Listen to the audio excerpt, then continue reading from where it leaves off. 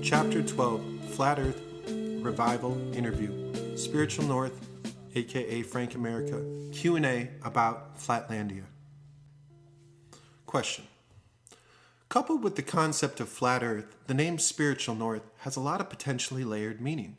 One of your earlier YouTube videos delves into the idea of North being the only direction. Can you share a little bit about the inspiration for the name and what it means to you? Well, I've always been infatuated with the North. For one, I'm from the North, and for two, it contains both an aesthetic anomaly in the aurora borealis and a geophysical axiom as the source of the Earth's magnetic pole. When I say north is the only direction, it doesn't mean nobody can travel south, east, or west, but rather north is the direction that all other directions take their bearing from. So south is opposite due north and is defined as such. East is 90 degrees from due north clockwise. West is 90 degrees from due north counterclockwise. So all compasses point north because they are magnetized needles responding to the Earth's pole, right? Follow this magnetic pole and you can observe the northern lights. So it is this pole that truly defines northward, with every other direction following suit. In this way, north is the only direction. Spiritual is a term that extends beyond the bounds of a particular faith or religion, although far less people are expressly religious nowadays. Many people still seek something meaningful with respect to the big questions. So people also seem to agree that spirituality has a place in our lives, which begs the question, what is spirituality? And perhaps one cannot know, perhaps one can. You're probably familiar with the phrase, we are spiritual beings having a physical experience. But what then are these spiritual beings? So there may be an etymological hint in that the root of spiritual being spirit, coming from spire, as in inspire, expire, perspire, and so on. All of this is intimately connected to our respiration. Not surprisingly, spir or spiro in Latin means to breathe. And it is our breath that fills these spiritual beings with the power for physical experience. When you are inspired, it feels as if you are somehow living more fully. And not surprisingly, this could read as the spirit or the breath rushing into you. So as the old Genesis passage goes, in so many words, God blew the breath of life into man, and he became a living being.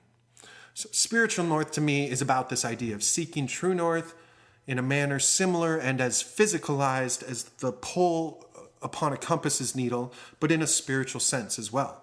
So the reason for the physical emphasis on my part is to build a bridge that is logical, rational, and intuitive. So certainly there are many ways spiritual north can be unpacked, and I don't presume to be able to lay them all out here. Perhaps I don't even know, but I'm a firm believer in the notion that, as Plato said, poets utter great and wise things which they themselves do not understand. So I like that, as if spiritual north could speak into something that I don't entirely get. With that said, I do aim to be tuning to spiritual north and continuing to discover what that means amidst this mystery surrounding our experience as being human. So what's more, Flat Earth has been an instrumental part of that. Indeed, it spawned the idea for the brand. So one time I took a boat up the coast of Norway and spent a few days above the 66th line of latitude, the so-called land of the midnight sun. I felt at home up there, And I remember one auspicious moment when the boat was surrounded by a fleet of pilot whales. Being in a large floating vessel with a herd of huge mammals swimming on all sides of me, which as a group dwarfed the size of the boat, and was a spiritual experience and left a magical residue within me. So I also remember reading a series of correspondences between Bjork and a former English professor of mine, in which they both mused on the magical nature of the North. My professor wrote, quote, "Somehow the further north you go, the more vivid it becomes." And then Bjork responded, "We might have to discuss the North later. So much to say, but overall I feel it's underrated how much space is here. Plant, people, sound, animals. Stark is the word," end quote. So, what is your spiritual north? In many ways, this is only detectable by oneself. It is my sincere hope that the brand inspires people to find their own spiritual north and keep tuning towards it, much like the irresistible northern pole upon a compass's needle. Question 2. Flatlandia as a whole represents the largest collection of quality Flat Earth related URLs to be found anywhere. This will be a two-part question. First, was production a concentration of useful links for those researching FE, the driving force behind the ebook's creation, or was it more an organic byproduct of writing the book? Second, what are your thoughts on the fact that almost everything pertaining to Flat Earth exists on a playground we do not own or have any control over? So nearly all online content exists on servers owned by corporations, and the data travels across cables also owned by corporations. Answer. The extensive linkage in Flatlandia, which became a sort of hypermedia and web of embedded links, happened organically. I was writing a series of essays on whatever struck me as Flat Earth relevant, and instead of citing things the old-fashioned way, I just started to linking to the point, and it became the sharpest way to write it. So I will probably put a print version out eventually, though I don't think that is as strong. I don't think it's as strong in that format because the book really is supposed to function as a digital download, which allows for an intimate expansion into the references that undergird and augment the experience of reading it. So there are about 20 or so links in the introduction alone available for free in Amazon's preview, which could get any novice well into the terrain surrounding Flat Earth. Frankly, it's the type of resource I would have loved to come across when I began this journey a few years back. With that said, Flatlandia is a collection of essays, and as such, it contains my opinion on things. And it could be wrong or subjective at various points. I leave it to you to uncover your own truths. If you like my angles and you want to purchase the book, you can buy it for $5 on my website, which I'm actually just thinking about releasing for the price of an email. So check that out in the link in the description.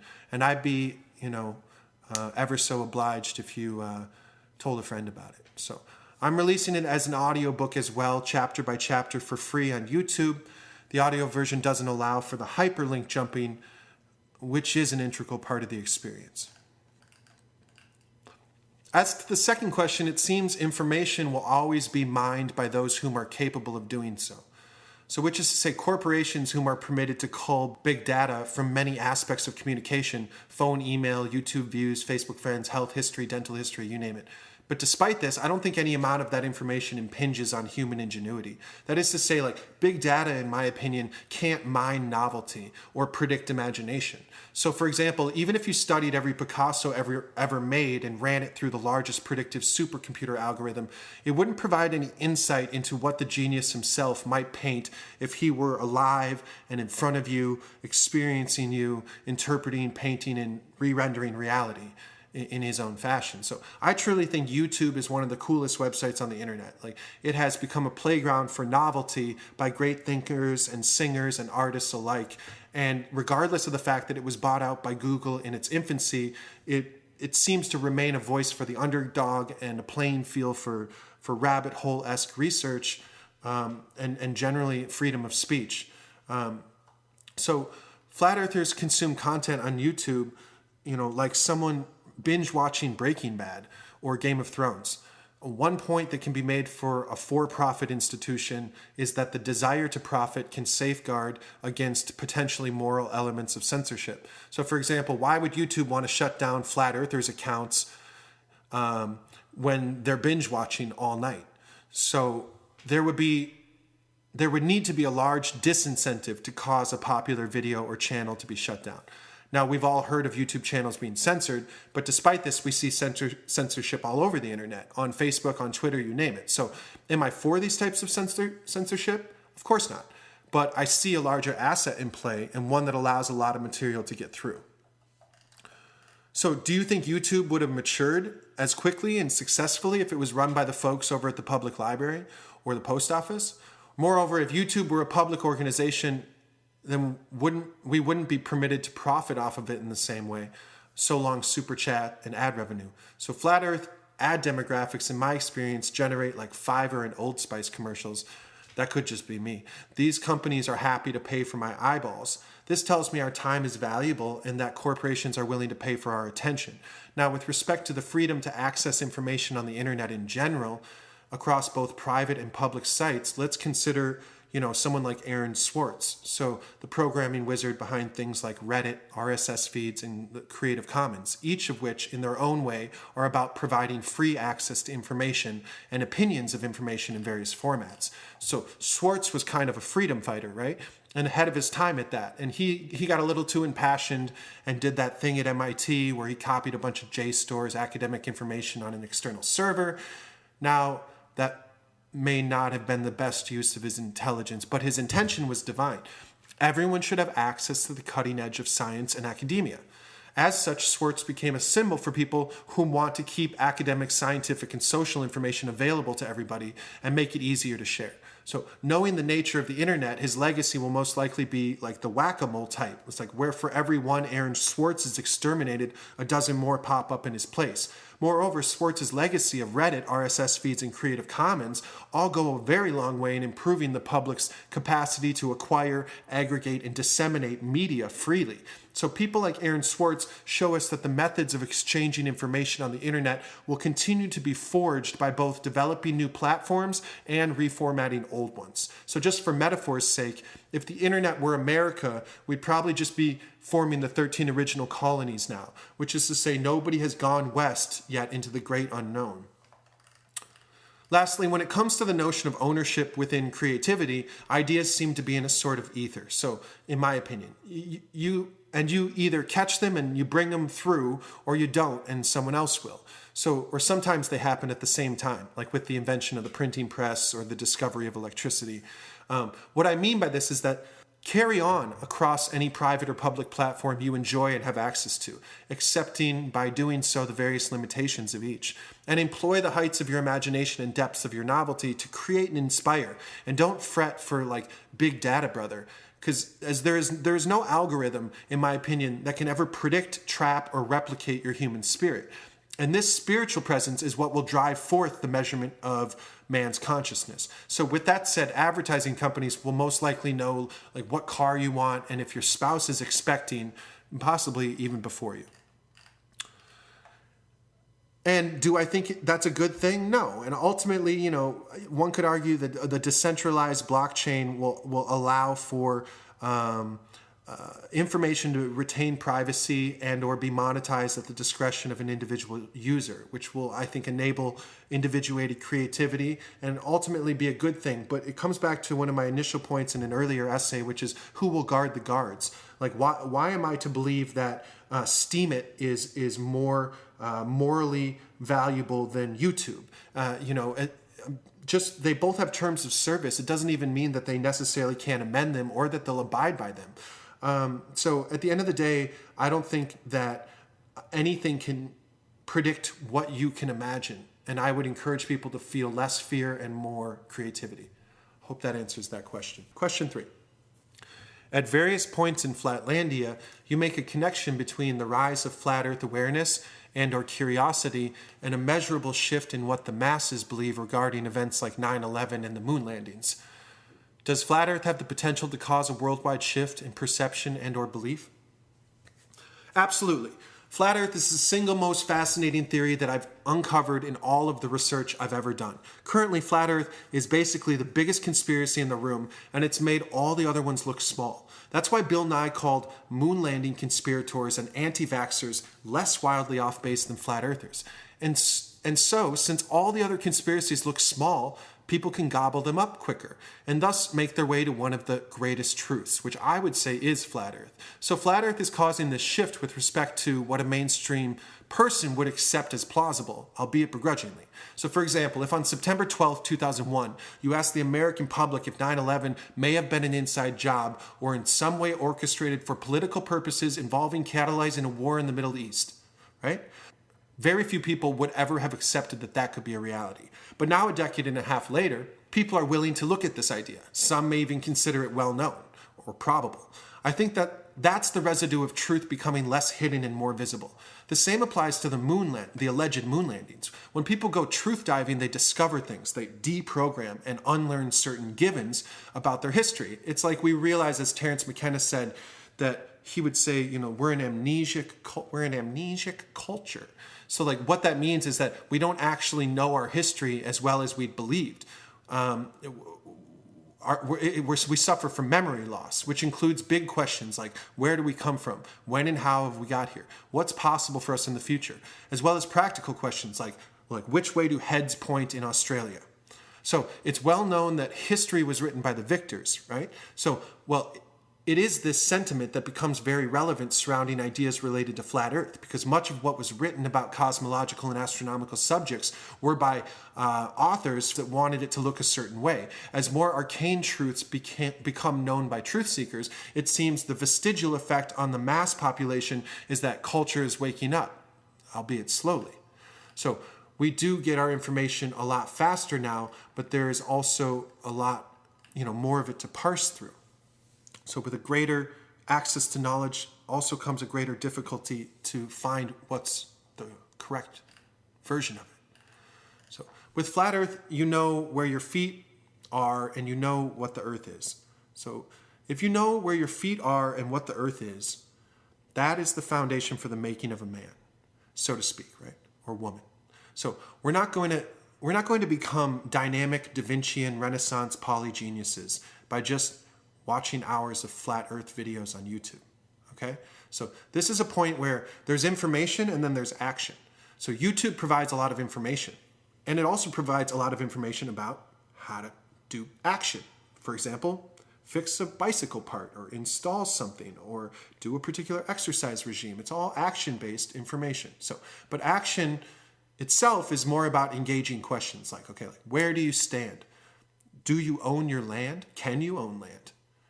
Can you own it at least in a titular fashion, title-based? How do you do business? Like what's your moral fiber? What are you aiming towards? How are you improving yourself? What is your purpose for being here? Who are the 5 people you hang out with the most? Put them up next to each other and consider that that's something of what you are. So these kinds of questions have arguably very little to do with flat Earth, but they're nevertheless empowered by it, in the sense of knowing where you are and where you stand, right? So when you start to overstand how you exist on the land and where you are, that's a foundation from which you can build out these greater characteristics that come with answering those types of deeper questions. One of my concerns with flat Earth is that it becomes passé. So much like how people seem tired of talking about this notion of a 9/11 conspiracy, even though they're more willing to admit that it's possible. So it's like with the rise in people being willing to say maybe it went that way, there's ironically this seemingly less interest in discussing it. However, flat Earth, in my opinion, flat Earth's trump card is that it is unavoidably edgy, right? If flat Earth were a new product in the market, it would be termed a disruptor.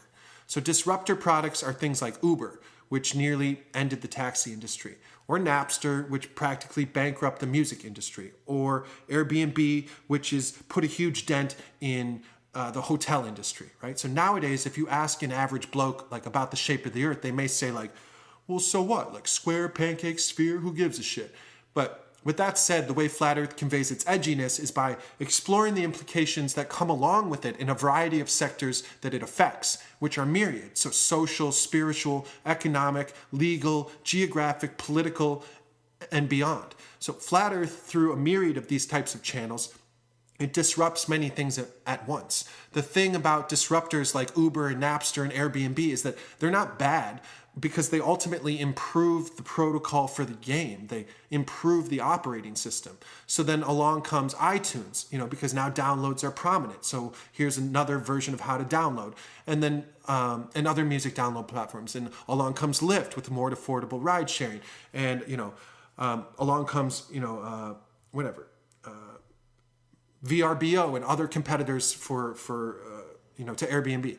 So perhaps Flat Earth as a sort of socio-cultural and cosmological disruptor can affect these various sectors concurrently.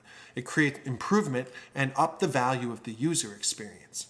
So lastly, when looking into FE, my only advice would be worry less about what is fake, and instead direct your energy toward what has become true. What is true? It was always true. Bucky Fuller said, "You never change things by fighting the existing reality. To change something, build a new model that makes the existing model obsolete." So flat earthers fleshing out the cosmology being unveiled to them in and of itself causes a lot of formerly valuable things to suddenly become inert. This includes the majority of the endeavors at the various space organizations, whether public or private, as well as certain elements of our educational curriculum, and even various theological teachings. The point here is there seems to be a lot of new things about the nature of our reality to discover, and haranguing about deception, although it's worth understanding or overstanding or bringing to light, as it might be, it won't reduce it as much as unveiling something entirely new, which could replace it. Question 4. In Chapter 7 on scientism, you actually invite readers with access to certain locations in the world to prove an astrophysicist wrong.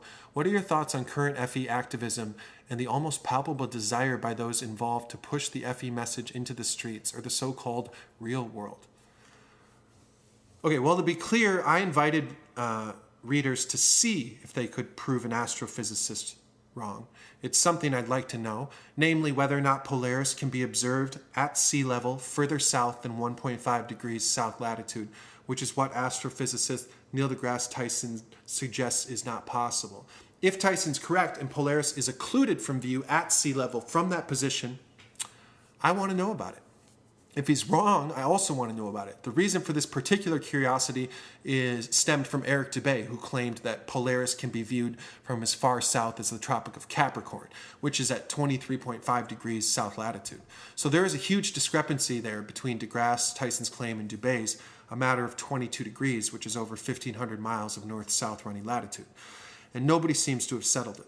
So thus, anybody located just south of 1.5 south lat in Peru, Tanzania, or Indonesia would be conveniently located to shed further light on the matter. As far as real-world scenarios of activism, I think they are great so long as they're peaceful. Flat earthers are going into comedy clubs or making high-quality, on-the-street style documentary TV shows, and even developing curriculums which investigate physics or performing live music and addressing and sometimes even addressing large crowds unannounced, like a sort of photobomb, if you will. And I think all of this is really terrific because it's creative, it's peaceful, and it's sharing information. And I imagine we'll see quite a bit more of it in the nebulous future. But I think activism that's yo, I'm going to put a sticker on your car is rather dim-witted. But activism that is yo, I'm exercising my right to free speech amidst a public assembly, and why do you think we live on a spinning sphere, is woke. So I would also caution people over the next few years to be wary of the age-old tactic of introducing insurgents into public groups or assemblies to induce public actions that aim to entice people to commit violent crimes that actually carries them further away from their goal as a group and is designed to do that, which presumably this goal is helping people become curious or learn more about flat Earth. And so, this tactic is like the agent provocateur. It's an old hat technique employed in many control scenarios for political and social turmoil, and it wouldn't be surprising if something of that nature transpired around flat Earth. It may already have. Point being, don't do anything illegal or stupid that would jeopardize your ability to consider to exercise your freedom. Don't break the law. be your own awakened ship navigating on this plane, and if a bunch of lemmings vandalize a building because the earth is flat, don't bother. So, next question. Question 5. How prominent a role will religious beliefs play in the coming months as Flat Earth continues to grow exponentially? Does Flat Earth create an intellectual environment that makes the notion of a creator more scientific, logical, as opposed to faith-based? Some Flat Earthers are secular, some are religious types, and others are just like spiritual, whatever that means, right? Which we talked about already. From my perspective, all the roads that lead to self-improvement and a greater respect and admiration for this realm and potentially its creator, right, are legit. So, but to answer your question, I think the main religions of Christianity, Islam, Judaism, Hinduism will play a significant role in the disbursement of awareness about Flat Earth. Each has Flat Earth roots and provides access to millions of people. So right there. I'm reminded of that Southern Baptist preacher, Charles Lawson, who gave a sermon about the lack of curvature over Lake Michigan. It was just so heartwarming to hear this thoughtful old minister talk to a whole congregation about a lack of curvature. Well, there ought to be some curvature. Like, it was just across Lake Michigan. So his words and others are being spoken to big crowds, right? And in person, no less. So imagine if all the mega churches went flat. Imagine if Rick Warren went flat. I don't think people in like New York and LA and like the kind of like largely atheistic sectors of society like really understand the impact and the power and the mass of religion. So I would not underestimate that. So yeah, and that's the type of momentum that could change our educational system, in particular, at least create a debate in certain aspects of science class. So the intellectual environment around Flat Earth has led a lot of people to see the divine nature, right, of reality in scientific terms. So findings with respect to the non-rotating nature of this realm and a lack of discernible curvature are notable examples which lead people rationally and logically to understanding something about, this nature, the nature of this reality. So then if it just so happens that what we're finding out empirically in the field is corroborated in a myriad of holy books, like the face of the earth isn't a sphere, it's flat, the faces aren't sphere-shaped, things like that, such as the ancient Vedas or in the Torah or the Gospels, or, then one may unintentionally back into a belief in God. Wouldn't it be interesting if someone first researched Mount Meru in the Tibetan tradition and then read Isaiah in the Torah and noticed that the holy mountain, was referenced, and then drew,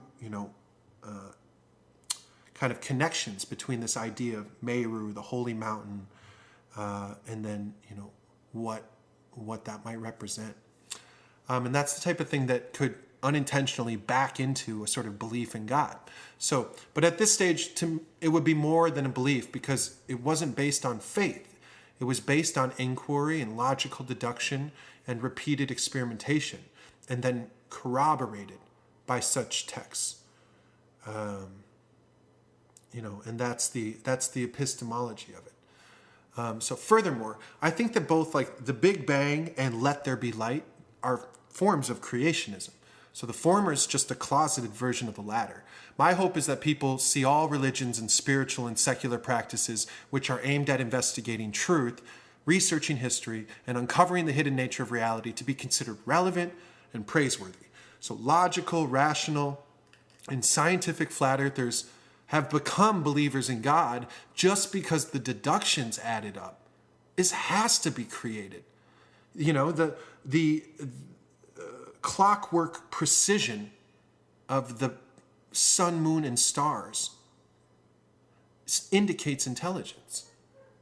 So some flat earthers seem to have felt that they did not want to believe in God, and understandably so, because in their experience they ascribe to God the myriad of human atrocities occurring within the church, but then by the force of logic they were led back to believe in a creator.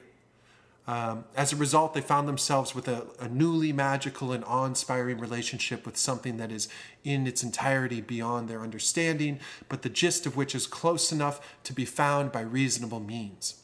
Emerson said, "Magic in all that is ascribed to it is a deep presentiment of the powers of science."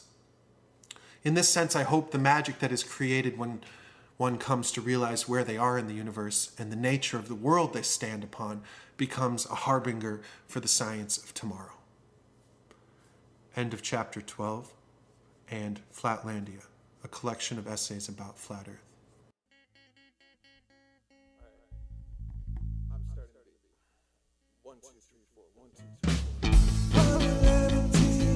Mama made for me when I'm on my knee.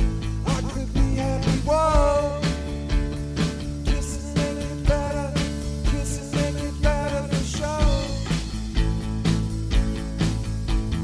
Kisses make it better. Kisses make it better. Kisses make it better. Kisses make it better for sure. Better for sure.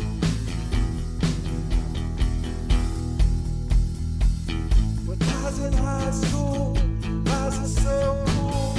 I was color blue. I was such a fool. Oh, kisses make it better. Kisses make it better. Kisses make it better. Kisses make it better for sure. Isabella wrote me one hell of a letter. I could read it forever, but then I'd have endeavored to see her again. Will you see me again? Oh, kisses make it better. Kisses make it better. Kisses make it better. Kisses make it better for sure.